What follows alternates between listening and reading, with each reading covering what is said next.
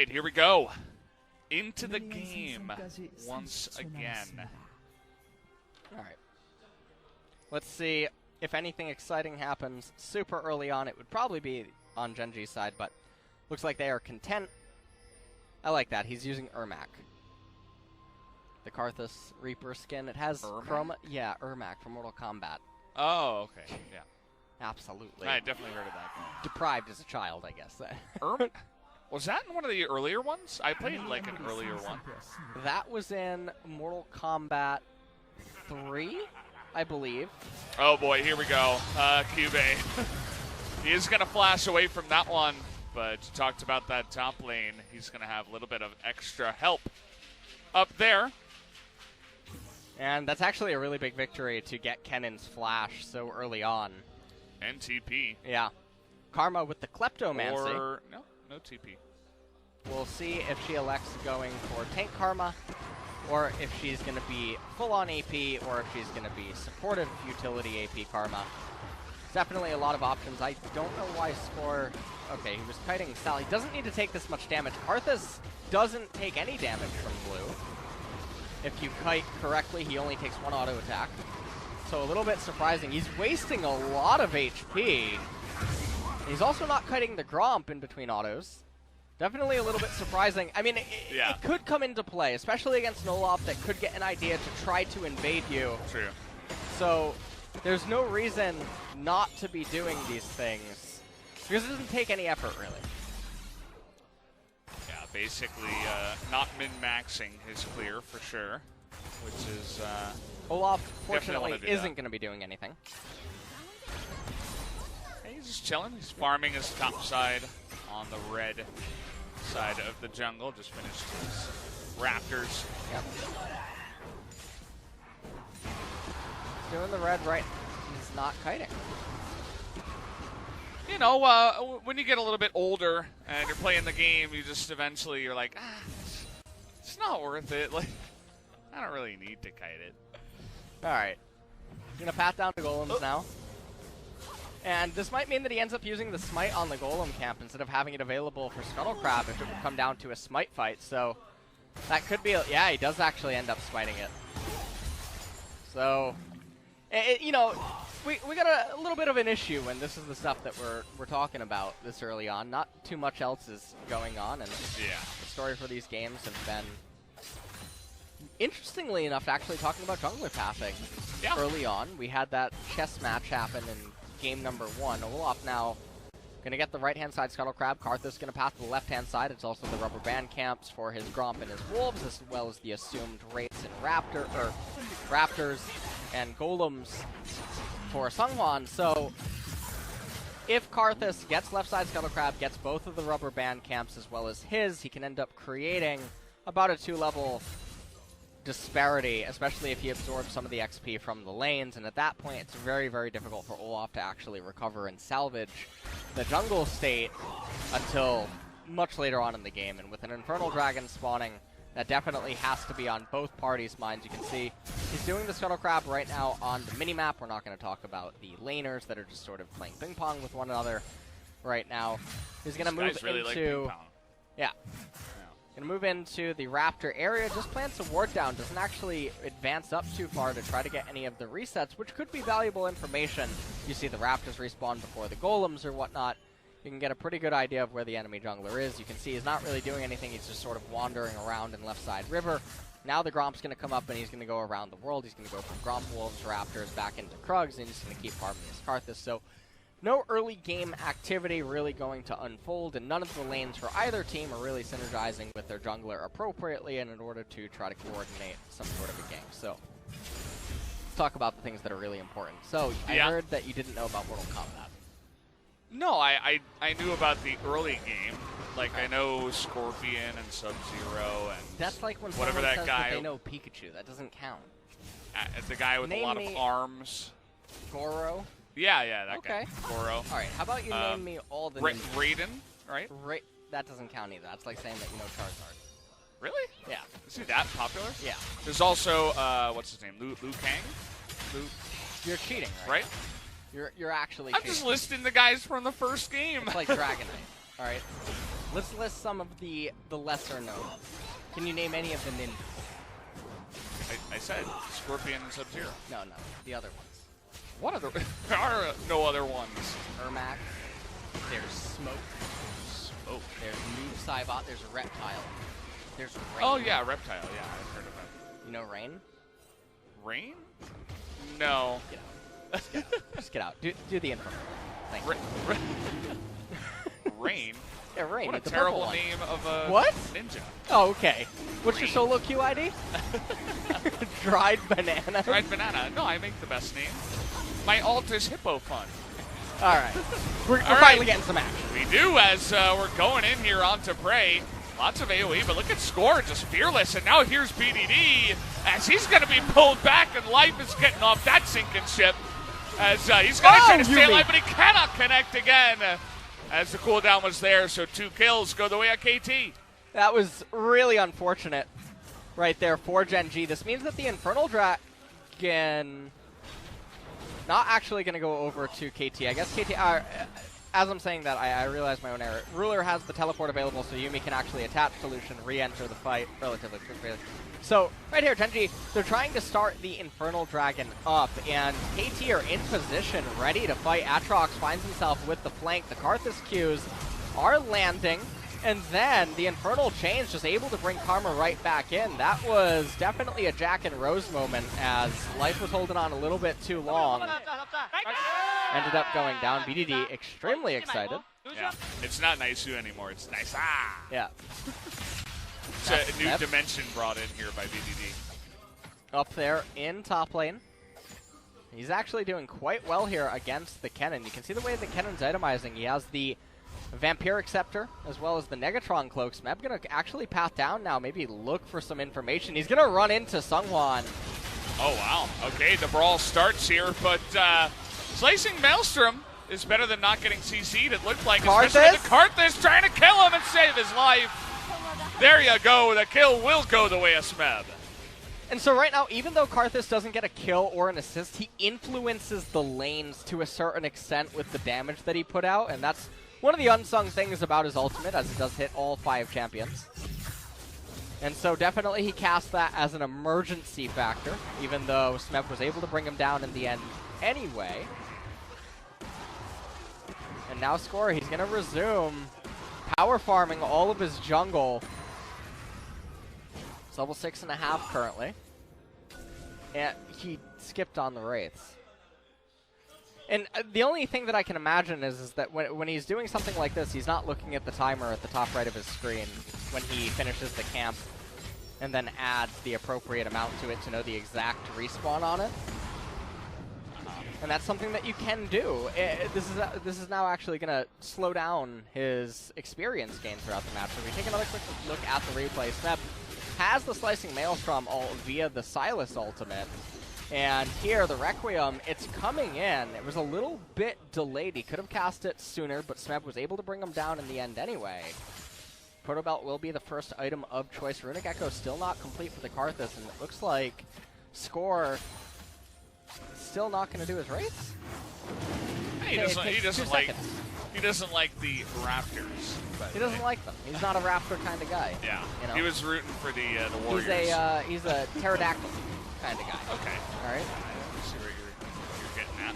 As Infernal is, by the way, really nice for all of these champions on the side of KT, as all 4 of them can use it very nicely. So he recalls, but he doesn't have his ultimate actually up right now. He buys into 2 control wards, and because his ultimate's not up, there's no reason to recall as soon as he did. He could have just wrapped south into the golems and then kited up into the raptor camp. Completed both of them because you're already too late for the priority to actually get the left side scuttle crab. So I know that I'm really criticizing the Karthus pathing this game, but when you pick Karthus in competitive, you really have to be on point with your pathing to maintain the experience advantage, as well as the oppression that the champion truly offers, because that's what makes him flourish. Well, not wasting time here was Smeb, really wanted to get in there. Now with the lead and health, Score feels safe enough to just go straight for Shelly. But we'll be on vision there. But now everybody's trying to get in the fight as nobody's in the bot lane. Gen G will lose this fight if they take it. Yuumi and Lucian are here, but Smeb is right there. Requiem's up now as well. Oh, man. Is this just going to be deja vu? I don't know what Genji's doing. This is just like game number 1. They're not identifying that there is realistically a super small % chance that they can win a fight. And what I mean by that is that they need a dream scenario, and they need KT to make a lot of errors in order for the fight to truly go that way. And I'm talking about missed skill shots, blundered spellcasts, Karthus ulting while still alive and then dying or something. Like, a lot of things have to go their way, and so they fall behind on tempo a lot, and they lose out on a lot of opportunity. Karthus now going to get back to farming his camps. And in this game, KT are in a fantastic position. They have an Infernal Dragon for all of their champions. The only one that doesn't really utilize it that well is going to be the Nautilus. And the Genji Mono Red team composition, well, anyone that's a fan of Hearthstone Murlocs or Mono Red and Magic probably knows what happens when Red is top decking and the opponent's still at 20 life. So, yeah, doesn't feel too good. Nah, it's a bad scenario. And that is where they find themselves currently. It's not a massive lead in gold, but as you mentioned, all the other stuff is more important to look at here. As BDD, we were thinking maybe sending that Aatrox up towards the top lane, and perhaps Genji were thinking it as well, but that is not the case, as BDD has done a nice job on that pick so far. And now they're going to be using this Rift Herald up in the top lane. Nice rotation by all three of them. Not much that Cuvée can do to stop this. We're now up here in top with Smeb and BDD together, getting so many valuable plays. Teleport coming in from Kuzan has the cat attached, but it's not really going to mean anything, as now Snowflower and Prey rotating up. Prey's going to crash the wave in mid lane. Karthus is going to fall back south probably after this, unless the fight transpires. And then they'll actually get themselves left send, Sky Scuttle Crab. Wall of Pain comes out. Oh, Score trying to bait here, but both teams are fighting pretty needlessly. You can see that realistically there's no way to dive Genji underneath the turret. And Genji is actually the only one that could have an advantageous outcome from this fight in the event that KT goes too over-aggressive, out of position, ends up getting caught by a lot of spells and losing too much HP. And so now we're just going to do the casual thing. We're going to go top to bottom inside of the jungle. Kallista's going to return down into bottom lane. Smeb's going to chunk Cuvée over and over. Cuvée has teleport, but that last plate surely should fall with the cannon minion, but Smeb's actually not escorting it, so we might potentially miss out on the plate gold. 30 seconds remaining on plates. Looks like he was out of range of that one. And to make matters worse, it is actually going to be the supportive Karma. Which... Okay, here we go. We're already getting in there, as now Cuvée is so dead. See you later. Score and Smeb together, holding hands and taking them down. It's going to be First Blood turret now going over to the way of KT, and things are just getting worse and worse and worse because all of the pressure now is on Ruler. Now, he does have a 30 CS advantage, but it doesn't matter all that much, all things considered, because the team composition for KT is just so much superior, and they're ahead. So we just take a look at what's happening here. Cuvée trying to clear out the control ward, gets hit by the Wall of Pain, just surrenders to his impending death. Doesn't actually waste the Slicing Maelstrom, which is a really good decision. And now with Sylas unlocked, he's able to go elsewhere on the map. Clown Dragon is up right now. Not the highest priority, especially not for a team composition like KT, which is a slow-moving unit. It's basically a walking ballista that wants to operate around. Yeah, walking. Oh, I see what you did there. You brought the attention to the card, huh?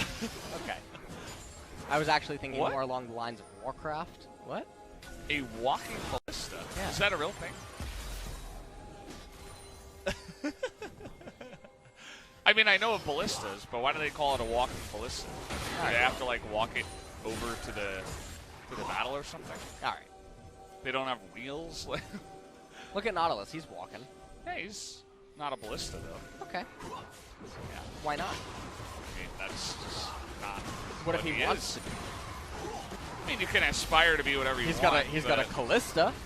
Okay, I mean, that's close enough. All right, and he kind of looks like a ball. So we can call this... A ballista. A ballista? Yeah. Really? You wanna call this bot lane the ballista comp? Is there actually a champion? Wait. No. Rammus. That's a ballista. Yeah, that's absolutely a ballista. That's a ballista. Now, Nautilus, I don't think so. But with Rammus, yeah. We're going to try to root score here. Bit of damage coming out, but not quite able to get in range. Be able to actually win this. Yeah, trying to save him now. Teleport actually late from KT. Oh boy, the exhaust, and Olaf just disappears and does nothing. Double slicing Maelstrom now as Snowflower is going to go down, but that's going to be it for them as now Ruler in a ton of trouble. Perfect stopwatch as well, and Score donates his life to Science, says, take me with you. I don't want to play this game anymore.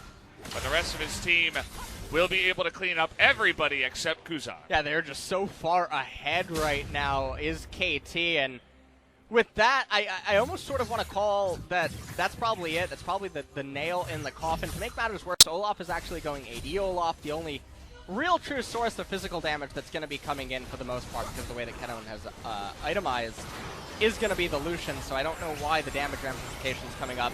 We take a look at the replay. Nautilus ult to save Score, and then I truthfully thought that Gen G should have been able to do something here, but I just forgot that Olaf doesn't actually do anything unless he has an advantage, so they ends up going down right there. Juggle of the turret aggro goes into stopwatch, and then interestingly, Karthus had the aggro. Yeah. And it actually looked like Score was surprised, maybe. He said sorry. Oh, thank you for that translation. That was Nice. good. You like that? A little bit of an accent on it. Yeah, that's true. So, Wanted to make sure people understood that Score was sorry. and so now there is no magic resist almost present on the side of Gen G. Yes, Yuumi has a little bit right now. Karma does have the Athene's Unholy Grail, but for the primary carries and damage dealers, there is none there. So Karthus with 33 M-Pen right now, going to be dealing near true damage with most of his abilities. Oh and boy. Cubase might just die. Yeah. See you later. BDD is a tank right now. He is doing so much. Absolute unit, as you mentioned before. He is insane. As here we go. Getting on top of Ruler as well. He is able to get away. And the game is just, I think, unsalvageable right now for Gen G. Basically, what they would need is they would need a multi-man Yuumi ultimate combined with Karma hitting a Mantra Q onto several members, and for Karthus probably not to have Requiem or something in order for them to win a team fight. It's just such an unfathomable sequence of events that could help them salvage this game, and this is one of the problems when you draft like this, and it happens all too often. When you're a team with powerhouses stacked across the board and you can consistently get advantages and you're better than your opposition, team compositions like this will look really good. When it looks behind, it looks like go next. I think he used his E, and so Smeb, or rather BDD, just said, yeah, I'm just going to kill you. And he made it look really easy, as it can be up against a Kennen sometimes, if he doesn't have his mobility. And now they're just hanging around, looking to bully again. Here comes BDD, trying to hit that knockup. Will hit the next one. Karthus not getting in range, but it might not matter here, as the Q's trying to land. Cubase playing with fire. He doesn't want the Requiem to come in. He wants to stop it, but he can't. Oh, that was so sad to watch as he dies again, this time at the hand of the Requiem. And that's another nice little pickup right there for KT as they just continue to accelerate further and further ahead. And so, even though there's the Wit's End on the Kennen, it's not really going to come into much effectiveness this game. He's not going to be able to split push realistically and accomplish anything. Cloud Drake coming up in 20 seconds. Things are just going to go from bad to worse soon. Karthus probably going to actually complete Morel and Omicron. It's not a bad itemization here. Yeah. There is double Athenes on the side of Gen G, so reducing their healing is going to be quite effective. Yumu's and Black Cleaver on the side of Aatrox. And probably should just see a Guardian Angel actually come out next for both Kalista and Aatrox to really restrict and suffocate Gen G in this game. We're going to just take a look at the replay.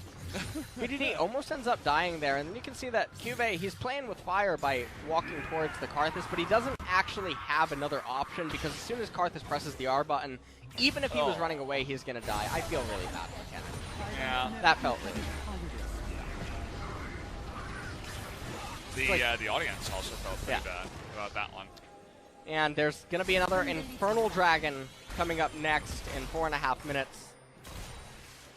Yeah, they got double Cloud too, so you thought you could try to get away from this Aatrox. You're not going anywhere. Yeah. He's going to be right on top of you, and there's not much you can do as now even Smeb is just getting in there and doing so trading much damage. Yeah. And you look at what is happening here. Look at the level disparity in top lane, 2 levels. In jungle, 1 level. Mid lane, 1 level. 80 carry, 1 level. Yuumi, however, is ahead, so. Oh, yeah. Cat's always ahead. Just Yuumi things. Baron might be on the agenda. It is a little bit early to try to go for this, but realistically they can't lose a team fight, so they can just use Baron as a means to entice Gen G. They have the Kalista too, and you can see that Gen G can barely even enter the first brush. You have a Nautilus here trying to delay and waste time, and look at how low it gets. Smite and Ren at the same time. Easy Baron take at 22 minutes. That's going to be a recall into Morellonomicon now completed for Karthus. Goron's Shield sold for Aatrox, picks up 2 control wards. Amp Tome picked up for Karthus as well. Probably going to go Zanya's Hourglass next. Sylas as well will be going Zanya's next, so they'll have a lot of ways to juggle turret aggro Infernal coming up in 3 minutes. Kuzan trying to attack Baron indirectly by killing off all of the minions so that there's no wave to buff. Aatrox is going to have to wait quite a while, but BDD, he's going to try to kill Kuzan right now. Can be a little bit more difficult up against the Karma if she tethers to you, but the flash absolutely necessary there to get him out of danger as now the push will begin. They have that Olaf Yuumi again, but you can see, as we've talked about before, that he's really not able to do much under the turret here. Just throw a couple of axes. It's sad Olaf bowling today. And this is one of the really neat things, is that Karthus is able to transition into basically a siege tank at this point. He has such long range on his lay waist that it's sort of much akin to Talia and Nidalee when trying to push turrets, and the Wall of Pain is definitely obnoxious. And so yeah, Guardian Angel actually will be the next item of choice for Kalista, so I think that's fantastic optimization out of Prey. Recognizes that realistically, there's no way for Gen G to win outside of getting miracle picks or shutdowns, and without any of that, they're not going to have any options available. It's a 10,000 gold lead right now, not even factoring in the Infernal Dragon. Yeah. And this does kind of just feel like one of those inevitable games, right? As, I don't know what you were doing so close to the Nautilus. Easy pick up there for the side of Snowflower. As you can see, Ruler, he still has his flash. Just didn't expect that to connect, but was absolutely in range. Couldn't get away, and now they're pushing for the end as BDD. They do some pretty insane damage as Smeb here going to take a lot of that aggro as BDD is just terrorizing this backline. Not much that Cuvée and the rest of the team can do, and it's going to be a relatively fast game here as at least Kuzan is going to get away. And down will go the Nexus. Game number 3 going to go the way of KT, and the